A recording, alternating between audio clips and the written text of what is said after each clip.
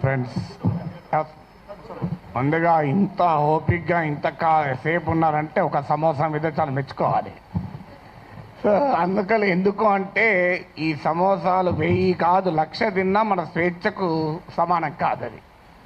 అందువల్ల ఇక్కడ ఇప్పుడు నేను ఇంతకుముందు పృథ్వీతో కూడా అన్నాను, ఇక్కడ చాలామంది చాలా విషయాలు మాట్లాడారు. బహుశా అన్ని విషయాలతో అందరూ ఏకీభవించరు.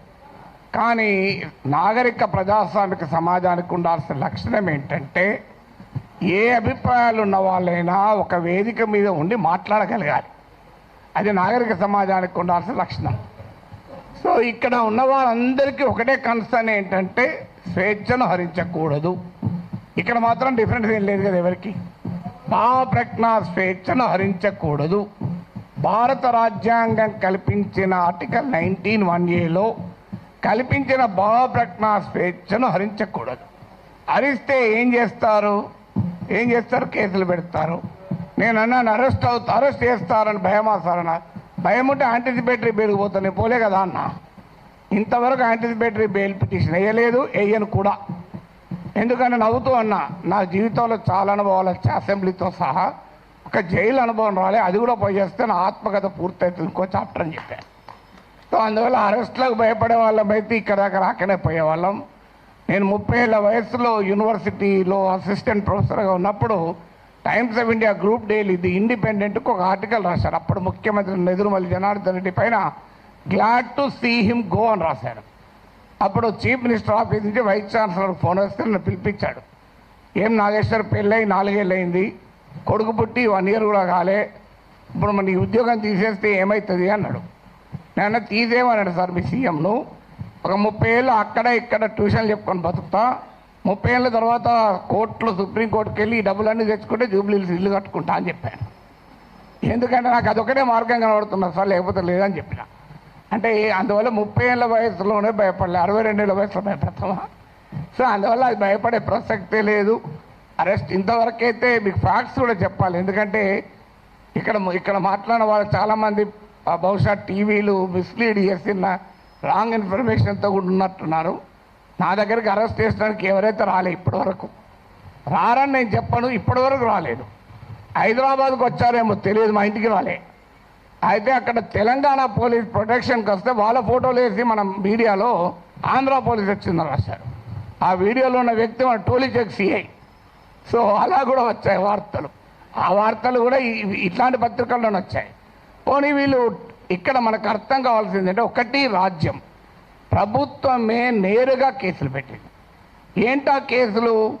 కులచిచ్చు పెట్టానట. నేను నా మాటలో ఎక్కడ కులమన్న పదమే లేదు, కులచిచ్చు పెట్టాను. పవన్ కళ్యాణ్ మాటల్లో కూడా చెప్పాడు కులం అని.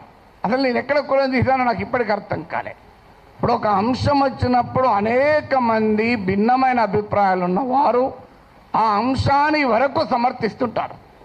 అది ఏ కులం వాళ్ళైనా కావచ్చు, ఏ ప్రాంతం వాళ్ళైనా కావచ్చు, ఏ రాజకీయ భావాలు ఉన్న వాళ్ళైనా కావచ్చు. ఇప్పుడు దీన్ని మైక్ అనాలి. దీన్ని మైక్ అని ఒక కులం వాళ్ళకి చెప్తే మైకు, ఇంకో కులం వాళ్ళు చెప్తే కాదు స్టిక్ అంటారా? ఒక పార్టీ వాడు చెప్తా మైకు, ఇంకో పార్టీ వాడు చెప్తా బాటిల్ అంటారా? ఎవరైనా మైక్ అనాలి. సో దానికి కుమ్ముకైనట్టు కాదని. తర్వాత ప్రాంతం అని కూడా తీశాడు పవన్ కళ్యాణ్. ప్రాంతం అని తీస్తే ఎవరు తీశారు ప్రాంతం? నిజంగా ఇక్కడ వచ్చిన ఇన్ని సంఘాలు ఉన్నాయి, వీళ్ళు తీయలే. తెలంగాణ సంఘాలు మొదలు ప్రాంతం అనే ప్రస్తావనే తీయలే. ఆ ప్రస్తావన తీసింది కూడా ఆ 2 పార్టీల వాళ్ళే. నువ్వు తెలంగాణ వాడివి, ఆంధ్రప్రదేశ్ రాజకీయాల గురించి ఎట్లా మాట్లాడుతావు? అయ్యా మరి నేను అమెరికా వాడిని, అక్కడ ఓటర్నా, ఆడ మాట్లాడుతున్నా కదా. ఇరాన్ పైన మాట్లాడుతున్నా, ఇరాన్ ఓటర్నా? ఇది ఎక్కడ సిద్ధాంతం అయ్యా? మీరైతే ఇక్కడ ఇండ్లు కలిగి ఉంటారు, ఆస్తులు కలిగి ఉంటారు. మేము మాట్లాడకూడదంటే ఎట్లా? తెలంగాణలో ఉన్న పుట్టినవాడిని కనుక తెలంగాణ వాడి కనుక మాట్లాడద్దంటే ఎట్లా? అంటే కులం తీసింది మీరు, ప్రాంతం తీసింది మీరు, మళ్ళీ మమ్మల్ని కులము ప్రాంతం తీశారంటున్నారు. ఎంత ఆశ్చర్యమో చూడండి. ఇక అది కులం చిచ్చు పెట్టారని కేసు పెట్టారు. అక్కడ కులం ప్రస్తావన కూడా చేయలేదు నేను. ఇంకో కేసు ఏంటిది? ఈవెన్ నోటీసు ఇవ్వకుండా కూడా అరెస్ట్ చేయొచ్చు 3 ఏళ్ళు. ఏంటంటే అదంటే అల్లర్లు సృష్టించేదానికి పనిచేశారట. నేను ఇప్పుడు ఈ ఇన్సిడెంట్ జరిగి 10 రోజులు అయింది. ఎక్కడ అల్లర్లు అయింది? 2 దోమలు కూడా ఎవరు చంపలే, 4 ఈగలు కూడా చంపలే. అల్లర్లు ఎక్కడే? పోనీ 2 కుక్కలు కొట్లాడుకున్నాయా? అరే ఏమో ఏంది ఇది? మీకు అల్లర్లు సృష్టించారు. అదే కాదు, ప్రజా జీవితాన్ని అల్లకల్లోలం చేశారట ఒక కేసు. జోకేంద్ర వాళ్ళు పెట్టిన కేసులు మనకు నవ్వొస్తాయి. మీరు ఎంతమంది చూశారో తెలియదు నాకు ఎఫ్ఐఆర్లు. ఆ సెక్షన్ నేను చూస్తే ఆ లాలోనే ఉంది, this section is not applicable for words అన్నాడు. మరి నేను వర్డ్స్ కాకపోతే ఏం మాట్లాడినా బాంబులు వేసినా. ఇంకో దగ్గర this section is not applicable to the statements అన్నారు. నేను మాట్లాడేది వర్డ్ స్టేట్మెంటే కదా. అంటే అప్లికేబుల్ కాదని చట్టంలో ఉన్న కేసు పెట్టారు. ఇక చూడండి, ఇక్కడ మనకు అర్థం కావాల్సింది అంటే చాలామంది మిత్రులు మాట్లాడారు, నేను మాట్లాడిన అంశం అసలు ఇష్యూనే కాదు, అది ఇష్యూనే కాదు. నన్ను కులం అన్నారు. ఇప్పుడు ఇంతకుముందు విమలక్క గారు చెప్పారు, నేను ఏ కులంలో పుట్టాలనే హక్కు నాకుంటే, అది అవకాశం నాకుంటే అది నేను డిసైడ్ చేసుకుంటుండే. ఎక్కడో చోట పుట్టిన తర్వాత ఎక్కడున్నాం అనేది పాయింట్ కదా. చిన్నప్పటి నుంచి అణగారిన కులాల కొరకే పనిచేస్తాను తప్ప అణగారిన జాతుల కొరకు వర్గాల కొరకే మాట్లాడాను. ఇక్కడ కాదు, ప్రపంచంలో ఎక్కడ అణచివేతుంటే అక్కడ మాట్లాడాం. ఇక్కడ కాదు, ఏ వెనుజులాలో నా కులం ఉందా, నా ప్రాంతం ఉందా, వెనుజులాలో అణచివేత గురించి, క్యూబాలో అణచివేత గురించి మాట్లాడాం, కొలంబియాలో మాట్లాడాం. అక్కడ ఎవరి కులాలు ఉన్నాయి, ఎవరు ఏమున్నాయో మాకు. సో ఎక్కడ అణచివేత ఉంటుంటే అక్కడ మాట్లాడతాం.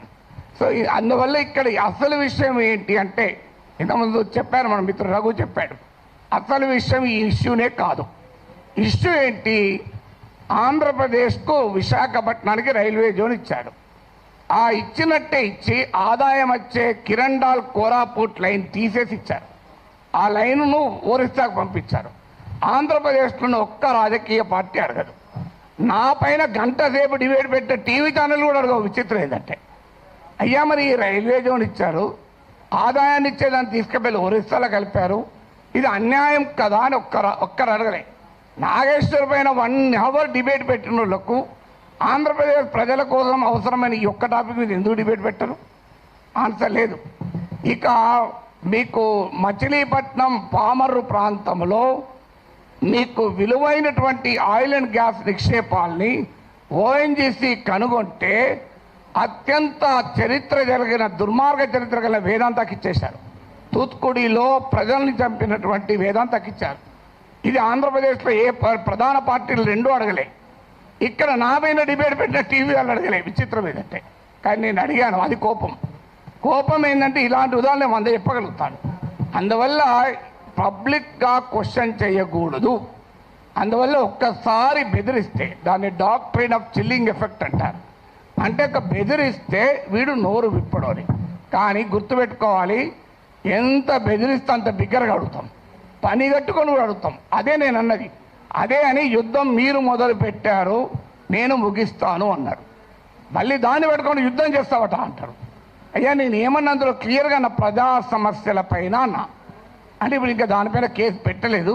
బహుశా ఎఫ్ఐఆర్ ఛార్జ్షీట్లు ఆడిస్తారో తెలియదు. కానీ ఒక్కటి మాత్రం మళ్ళీ చెప్తున్నాను, మీరు అరెస్ట్ చేసుకుంటారా, కేసులు విత్డ్రా చేస్తారా, చెయ్యరా, అది మీ ఇష్టం. మేము మాత్రం మాట్లాడుతూనే ఉంటాం. We will die but we will not give up our right to free speech అన్నది మా మాట. చావనన్నా చేస్తాం కానీ మాట్లాడే హక్కును వదులుకోము. మీకే అణిచివేత వేసినా దానికి మేము సిద్ధం, సంతోషం. మీరు వస్తారంటే చెప్పండి, టైము ప్లేస్ కూడా చెప్పండి, ఆడికి వస్తా, కావాలంటే అరెస్ట్ చేసుకోండి. Thank you very much.